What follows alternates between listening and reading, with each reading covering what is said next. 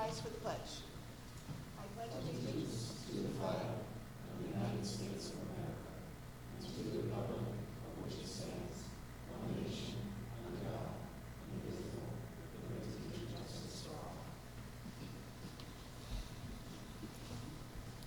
Mr. Volleson, please call the roll. Mr. Acom? Here. Mr. Zayas? Here. Mrs. Connor? Here. Mrs. Mahalis? Here. Mr. Cebulski? Here. All right, we'll move on to special reports and recognitions. Tonight, we are recognizing 2 Harmon students as Rotary Students of the Month. May I have a motion for approval? Moved. Second. Are there any comments or questions before we start? All right, Mr. Abramovich, would you please come up and introduce? You ready? Huh? Oh, the roll, sorry. Oh, roll. Mrs. Connor? Yes. Mr. Cebulski? Yes. Mrs. Mahalis? Yes. Mr. Acom? Yes. Mr. Zayas? Yes. All right, now would you come up and introduce the students?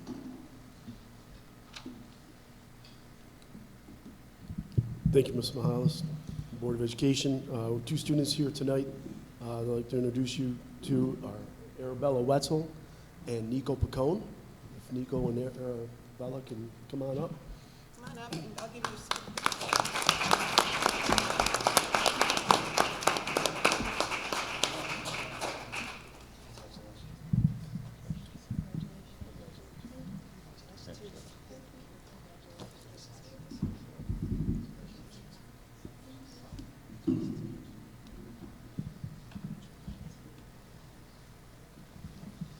Nico and Arabella are 2 of the most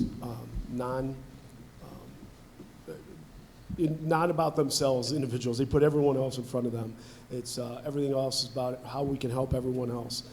I first met Nico when he was about this big. I'm watching this kid play football, and he takes his helmet off. He's got this mohawk on. I'm like, man, that kid is just a tough kid. And he comes up.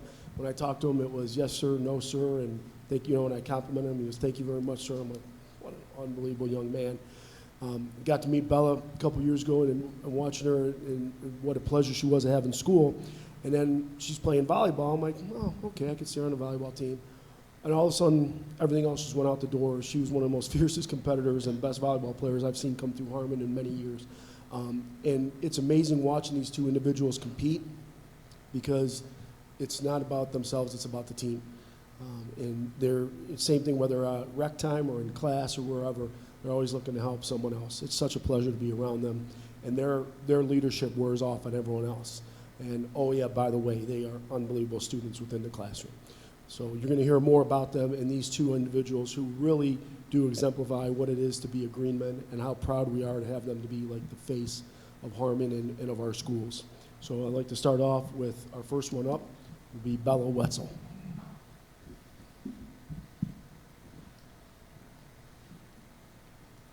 Good evening. My name is Arabella Wetzel. I'm an 8th grader here at Harmon Middle School, and I would like to thank the Aurora Board of Education and the Rotary Club. I also want to thank my family. I wouldn't be the same person I am today without them.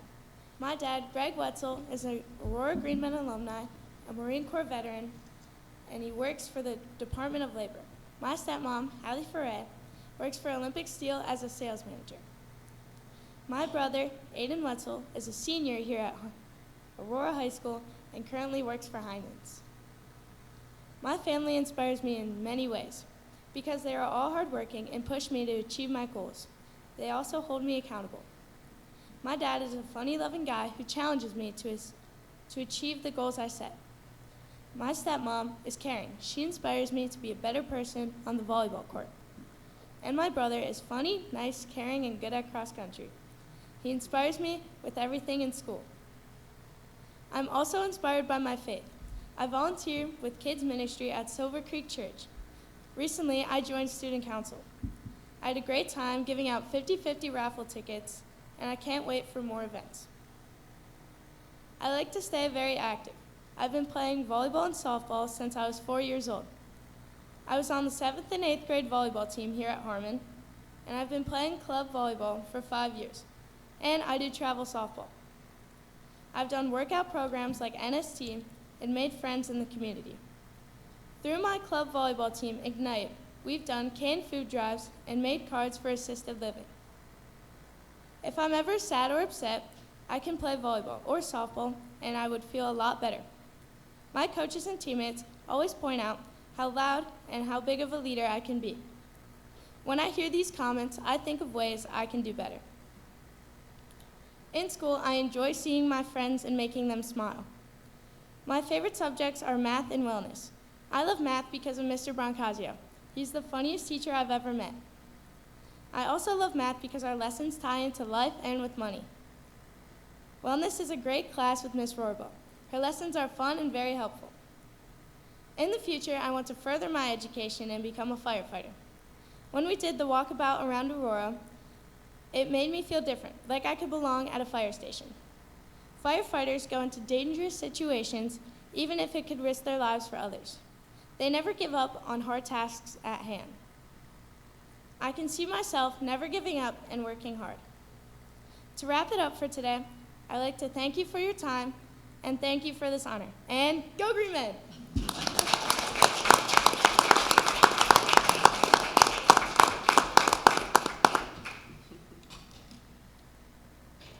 Great job, Bella. And now next up, Nico Picone.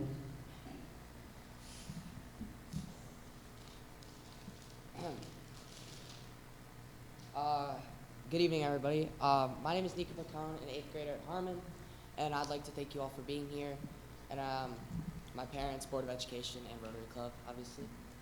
I'd like to start off with the word equity. Equity means treating others all the same so they can be themselves. I think everybody has a weird side in them, and it may be hard to embrace that in middle school for some people. That can affect their feelings, and that's a really important thing to me, because I like to be friends with everybody, no matter what. And outside of school, I play football, I wrestle, I do track and lacrosse, and all that ties into equity, because you may have teammates who don't know how to play the sport or are new, and making friends with them can make them that much better to help your team. So I want to go to college in the future to University of North Carolina to play football or wrestle.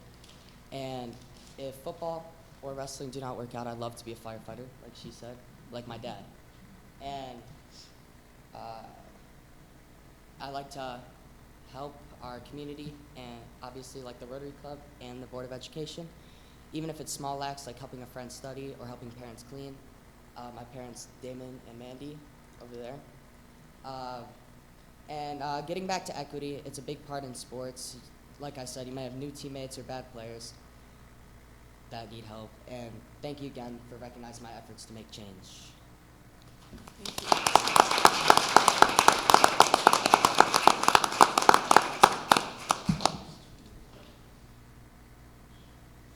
Thank you, Nico and Bella, for being here tonight, for sharing with us about yourself and hearing about your accolades and your interests. I think you got, did you get pictures? I got individual pictures, yeah, thank you. We'll take a couple minute breaks if you'd like to leave, but if you'd like to stay, you're welcome to stay. It's up to you. About a minute break.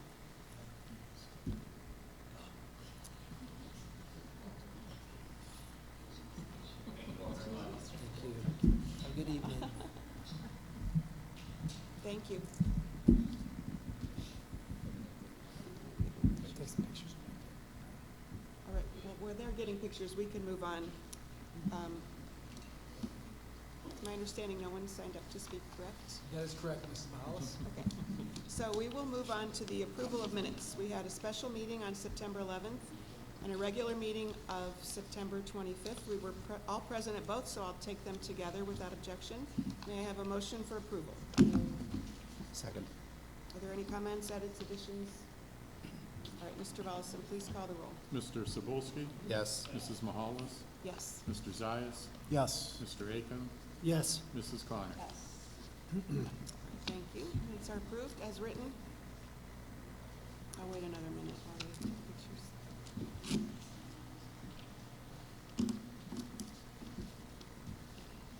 Okay, next we'll move to Mr. Burrow and Dr. Mills' reports. All right. Thank you very much. I've got two small parts today just to share. As we start to head down the final stretch to November 7th, I wanted to be sure to share what we've done to communicate about the levy so far and what we have planned for the next few weeks. As you can see up there, we've had 11 different informational meetings, events in one form or another. And the goal with these meetings is to get out the factual information about the levy, but also to be sure that those in attendance kind of spread the word as well. So with those 11 different venues, we're hoping the word does get out. We still have October 25th, this coming Wednesday. I'll be at Rotary Club in the morning sharing with that group as well. And then we added something to this based on the feedback actually from the October 19th community information meeting. And that was, with the lack of the advocate being out, it is hard to get those informational nights out. So we do have signs around the city at different places. Bill was willing to join me on what we're calling a lunch and learn about the levy. So 1 week prior, 1 full week prior to the November 7th election, from noon to 12:30, we're going to go online through a Google Meet, which that link is on the flyer, and we're going to, you can see that information set up there. We're going to basically field any questions that folks might have about the levy. There's nothing formal to present because we have that information on our website so people can take a look at that. But if they have questions, we're encouraging folks to come. So same thing here, we're asking people to get the word out about this so that that's out there as well. Just a couple other pieces of communication that we have done as well. Talked to Sarah Gilmore, and she was going to publish in her little newsletter information about the levy and some of these nights and things like that. So I'm going to reach back out to her about these nights as well, these afternoon lunches, I should say, as well. I don't know if you have a chance to see the Portager. There was some information about that in there. And then Your Schools is now in each of our community households. So that's another big piece of information that we're getting out about the levy. So that's the first part, but I wanted to see if there were any questions or comments about what we're doing so far to get that factual information out. Mike, for those lunch and learns, would it be possible for you to record those? Because I've heard people request that they would like to have those available.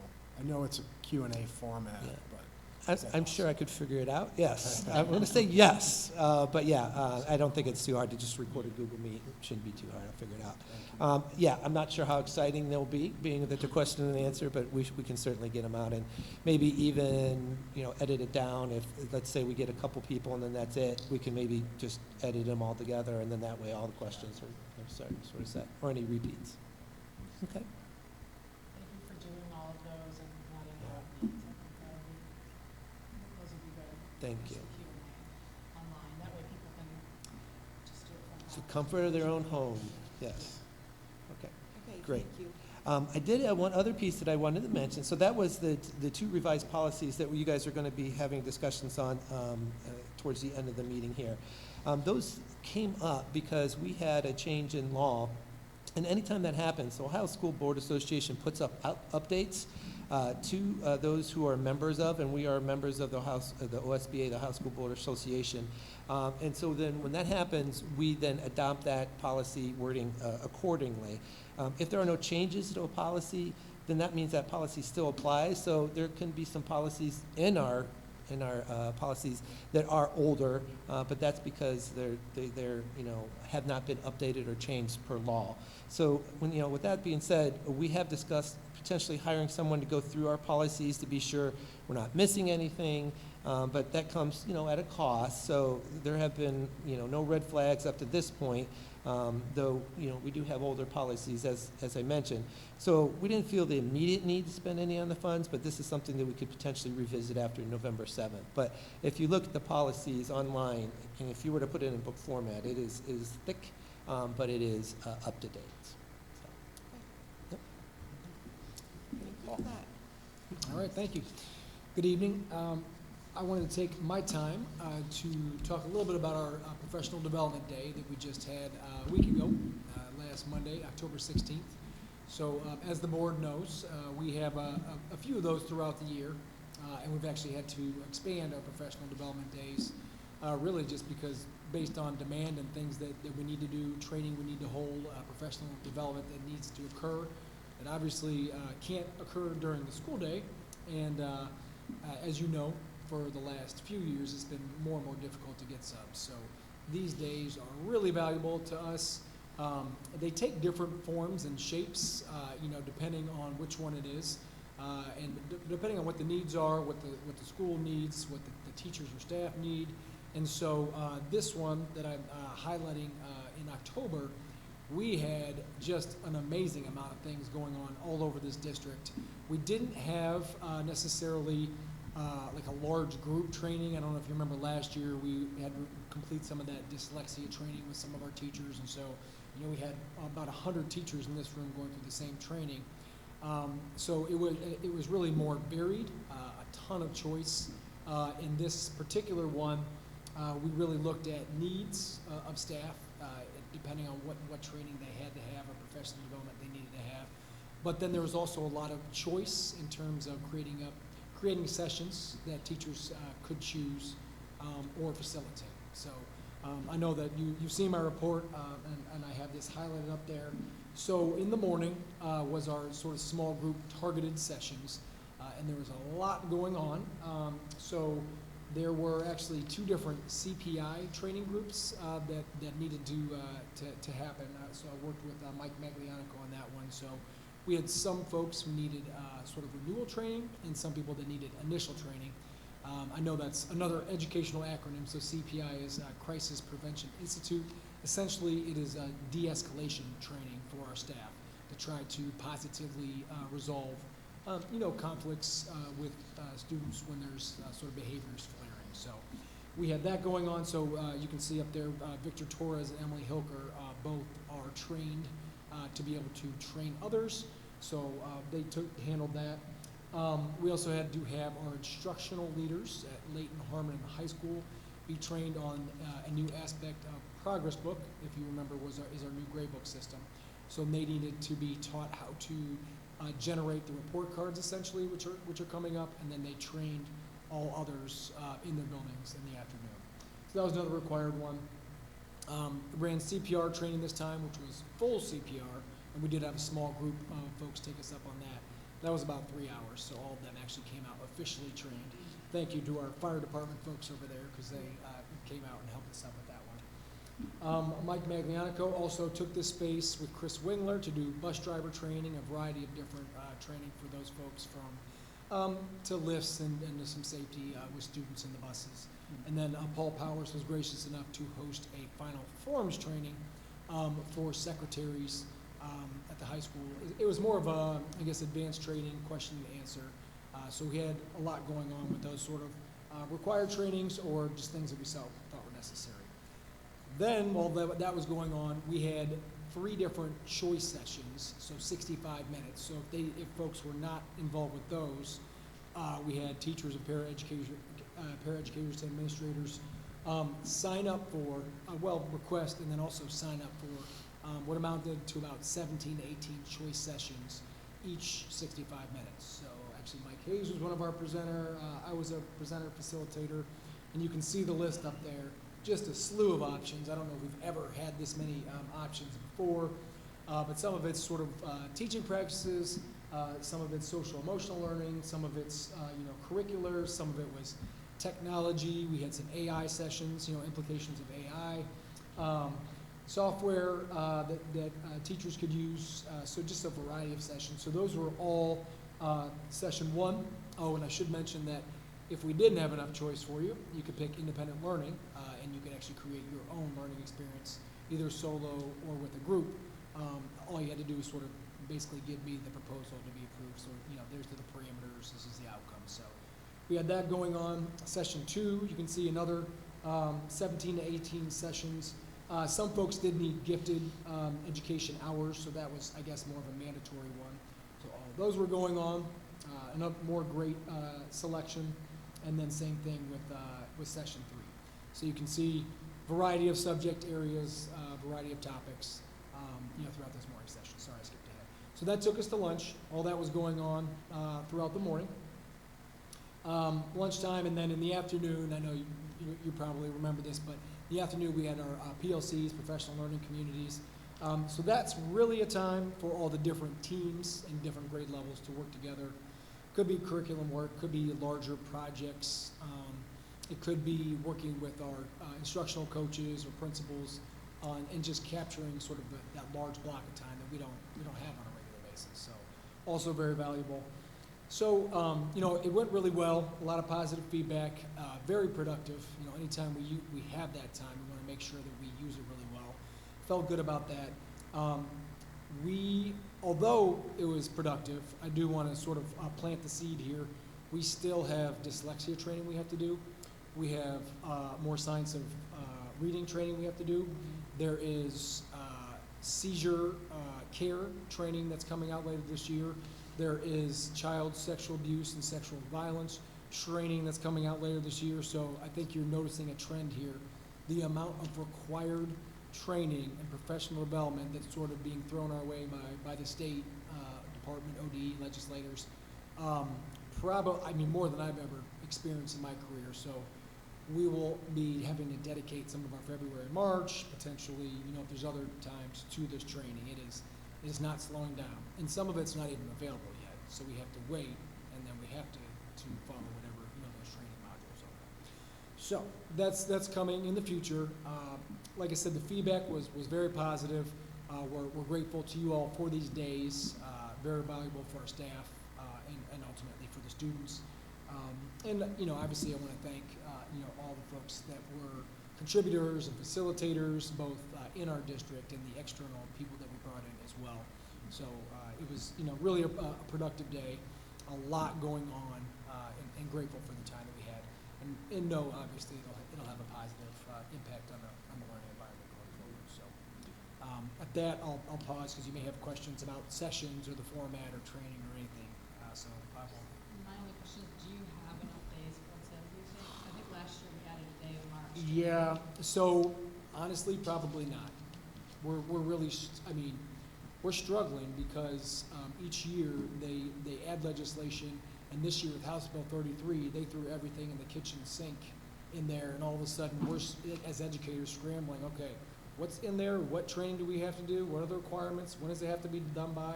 So that seems to be the trend right now, so no, probably not. We're probably gonna have to talk more about how we can meet all this requirement, these requirements in the training levels. So, thank you for that question. What do districts do that don't provide these days, or do they? Yeah, they're pretty much where most have added. Some have 5, 6. we have what, 3, I think. We're on the more on the lean side, but there are a lot of districts that have just added a tremendous amount of time. You just can't do it and pull teachers out of the classroom as substitutes. We don't like to do that anyways, but there's really not enough in the sub pool to do that any longer. With the hours, instead of the days, we have enough hours that we can do things like that, as well as other school districts. So that's how they're able to kind of get away with having 6 and 7 professional development days, or day-to-days, sometimes they call them, in that sense, because we have hours that we measure instead of days. I think with the limited number of days, it's impressive that you can pull something like this together, because the required trainings aren't necessarily what teachers feel they need in order to, they know it's what they need to do, but all those other sessions that you are able to build into their day and giving them choice really demonstrates a commitment to supporting teachers and helping them to grow and get what they believe they need in order to do their jobs better. So you're doing a nice job balancing that and coordinating it all. I just wanted to make sure that you got those accolades. Thank you. Yeah, we appreciate that. Obviously, we want to create that type of a learning environment for our students, right, with some voice and choice and, some control over their day. And so, obviously, we need to model that, too, for our teachers and professional learners. So I hope they appreciated that as well, and I think they did based on the feedback. I've seen the offerings grow. Yeah. So in the last 4 years, they've just grown exponentially. So it seems to be a good format for them. Okay, thank you. Anything else? Thank you. All right, Mr. Volleson. Thank you, Mrs. Mahalis. This evening, I have 2 resolutions for your consideration. We'll start with the first one, the financial report for the month of September. And in September, our expenditures exceeded revenues by nearly $2.2 million, decreasing our general fund cash balance to a little over $21 million. Revenues are about 19% greater than projected, and expenditures about 2.5% greater. On the revenue side, we got our second half 2022 real estate property tax settlement from Summit County, and along with the public utility tangible personal property. So this completes the real estate tax collections for tax year 2022. In our all other revenues, received $153,000 in all-day kindergarten tuition, another $29,600 in preschool tuition, and then $63,658 in tuition payments for, actually there's 7 Court Place students from other districts that are attending our district. So we received those dollars through our school foundation. On the expenditure side, our personnel costs includes $30,000 in payments to teaching staff for the health care insurance waiver. This year, 12 staff members took the waiver, which is $2,500. So overall, all the other categories are kind of within our normal variances. So thus far for the fiscal year, our revenues are about $161,000 greater than projected. Expenditures about $165,000 greater. Gives us an unfavorable variance of about a little over $4,000. So pretty much right on projection 3 months into the fiscal year. All right, Exhibit D1 is a resolution to approve financial statements and reports. May I have a motion? Moved. Second. Are there any comments or questions? Bill, can you tell us what's the percentage of the budget that's dedicated to salary and benefits? Salaries and benefits, about 87%. So obviously the vast majority of our budget is that. So you're down, about 13% is everything else. So really the budget that Mike or Paul or principals have any discretionary thing is very small. Because even on the other 13%, included in there's our utilities, our heating, our cooling, our water, our sewer. We have insurance, obviously, that we have to pay for, fuel for the buses, cleaning materials to keep the buildings clean. So you're really down to a small amount of discretionary spending that we're able to do. Thank you. All right, Mr. Velson, please call the roll. Mrs. Mahalis? Yes. Mr. Akam? Yes. Mr. Zayas? Yes. Mrs. Connor? Mr. Cebulski? Yes. And the second resolution is approving a depository agreement. And the agreement is with Bryant Bank. And this year, the OHSAA is having us go through a different source to pay all the officials. Before, we used Arbiter Pay for several years now. But now we're required to use Dragonfly, and the bank that the money flows through is Bryant Bank. As a side note, Bryant Bank is actually located in Alabama, and the chairman and the founder is Paul Bryant Jr., whose dad was Bear Bryant, who was the Alabama football coach. So a little trivia there. But this allows us, what we do, we transfer money, usually about $5,000 at a time into this account. And then as the officials are paid, they're paid directly through this particular account. And then Dragonfly, as Arbiter did, will issue the 1099s and everything else to these people. So, but again, it's a requirement that we have to do per the OHSAA. Okay, Exhibit D2, a resolution to approve the depository agreement as explained to us. Are there any comments or questions? All right, Mr. Volleson, please call the roll. I need a motion and Oh, sorry. Second. All right, now you can call the roll. Mrs. Connor? Yes. Mr. Akam? Yes. Mr. Zayas? Yes. Mrs. Mahalis? Yes. Mr. Cebulski? Yes. Motion is approved. Thank you. Under new business, we have a resolution to accept gifts and contributions. J&S Packing donated $2,500 to the volleyball program, and Mr. and Mrs. Clark Case donated $100 to boys soccer. May I have a motion, please? Moved. Second? Any comments or questions other than thank you to both? All right, Mr. Volleson, please call the roll. Mrs. Connor? Mr. Acom? Yes. Mrs. Mahalis? Yes. Mr. Zayas? Yes. Mr. Cebulski? Yes. Motion is approved. We will move on to personnel issues. We have 7 before us, and I'll take them together if that's okay.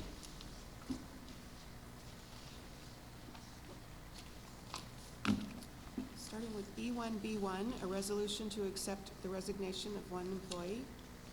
Exhibit E1B2 is a resolution to award supplemental contracts to district personnel.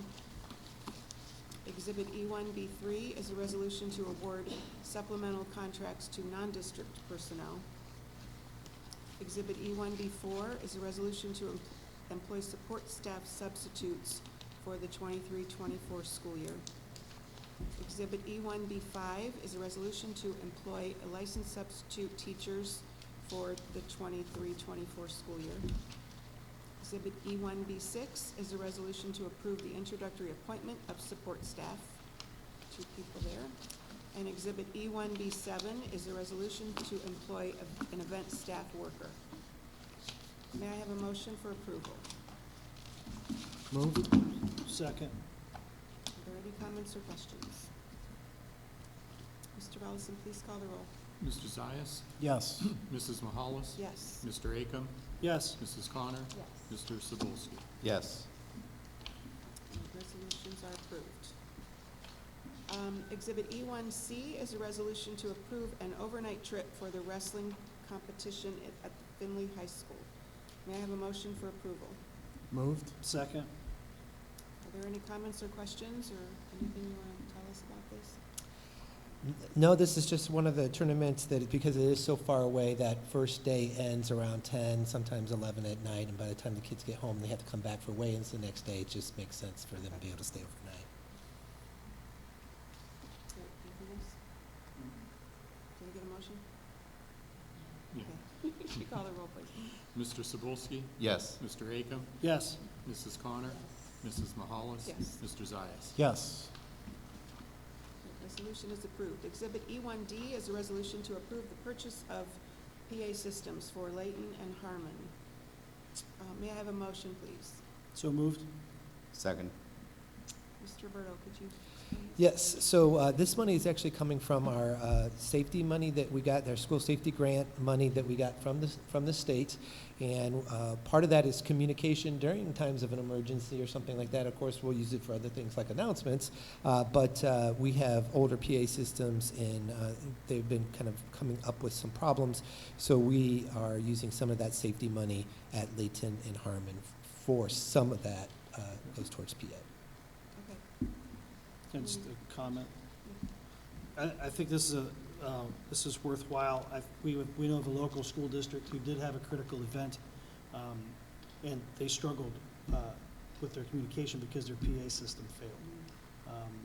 And so I think this is an important purchase, and I think it's also important to note, based on my question earlier to Mr. Volleson, that while the district struggles at times to cut expenses, we have very limited ability to have discretionary spending. This is being paid for with grant funds, and our district does pursue grant funds whenever it's possible to do so, to offset those costs of public dollars. So I think it's very important to people understand that we do pursue grant dollars, and this is something we're able to do because we've been successful. Thank you for that. Anything else? All right, Mr. Volleson, please call the roll. Mrs. Connor? Mrs. Mahalis? Yes. Mr. Acom? Yes. Mr. Zayas? Yes. Mr. Cebulski? Yes. All right, resolution is approved. Moving on to discussion items, we have the proposed school calendar for next school year. Anything different or special about it? Yes, I did want to point out some things, and Miriam, you led us right into it, so that was helpful for that. I appreciate that. But no, just talking about, we do have an extra day built in. It's actually at the beginning of the year. So the year, we keep inching up in August, and our parents are hearing that. We're hearing it from the parents as well. So we're actually looking for next year to start, the first new student day would be the 19th, and the first full student day would be the 20th. That's about a week later than prior. In the meantime, we're actually looking to add one extra teacher day at the beginning of the year. So we'll actually have 2 days. One is a typical convocation day where there'll be meetings and things going on, but the second will be centered around meetings to talk about kids, namely those on IEPs, 504s, to go over those things. As that population continues to increase in our district, we need more time to better prepare before the beginning of the year. So that's one of those days are built into there. There is in December 2 full weeks of, it just worked out really well that way. Again, our parents have asked, can we have that? And when we can, we try to. So there's a perfect example that we're able to squeeze 2 full weeks of winter break in December. And then we are ending after Memorial Day, but it's still before the end of May. So again, it gives parents their summer in June and July. So it's a pretty good calendar. Yeah. I would recommend it. Yeah, this made me happy when I Yeah. saw this. All right, so will this be on the agenda next month? Yes. Any other comments or questions about it before we? Okay. All right, and then, Mr. Roberto, would you talk to us about the other two?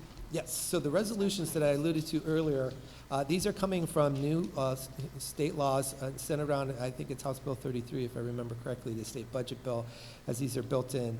But long story short, there's some health education policies that are impacting young people and then that are impacting adults. So the first one centered around young people, just giving them a little bit more information, required annual developmentally appropriate child sexual abuse prevention and developmentally appropriate sexual violence prevention. Those are in grades K through 6 and grade bands 6 through 12 or 7 through 12 respectively. On your resolution, we had a health policy. Those in green was what was changed by the Ohio School Board Association to meet these new rules, and then the red were things that are no longer applicable from that particular one. The second resolution. Wait, can we stop? Sorry. Can we just talk about this? Sure for a second? can. Yes. Do I understand this correctly, because it's highlighted in green, that we will be including some kind of instruction in our health educational program with regard to child sexual abuse prevention for kindergartners through 6th grade? So it is age appropriate, I don't and know. it is. Okay. I'm just interested to Yeah. know exactly what that's gonna look like before we implement anything. Yeah. I mean, I wanna really know what that looks like exactly, because there are a lot of issues that could come up from Right. that. Being that it is state mandated, we will be careful, but we're actually going to work with Town Hall 2 to provide those, because they're the experts in those areas, to provide those, to meet those guidelines. And it is not an everyday sort of curricular thing, but it is a 1 hour, basically, exposure to Do some of parents the. have an opt-out for this? Do you know? Maybe I that's will have to something look would into you that, check on yes, that? as part of the discussion for next time. Mike, do you want me to speak to this one Yes, since I'm a little because bit if you more do have immersed that. with this? Sure. So essentially, there's required curriculum that is, like I said, age appropriate. So I know it sounds a little shocking when you first hear it, but it's obviously going to, when you're talking about kindergarten or first grade, it's more about,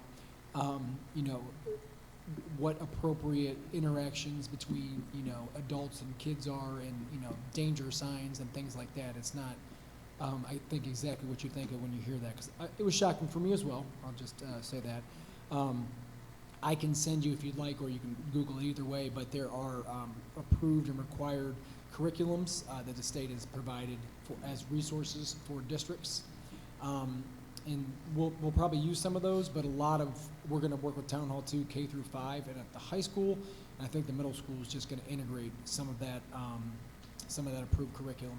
But essentially, as a part of the requirement, we have to develop or offer those, and then we also have to provide a notification to parents in advance, and they have to have the opportunity to opt out. And they would just email either the classroom teacher, the counselor, or the health teacher, all of whom are involved in these. So I've been working on this, since the summer with those parties, and even on the professional development day.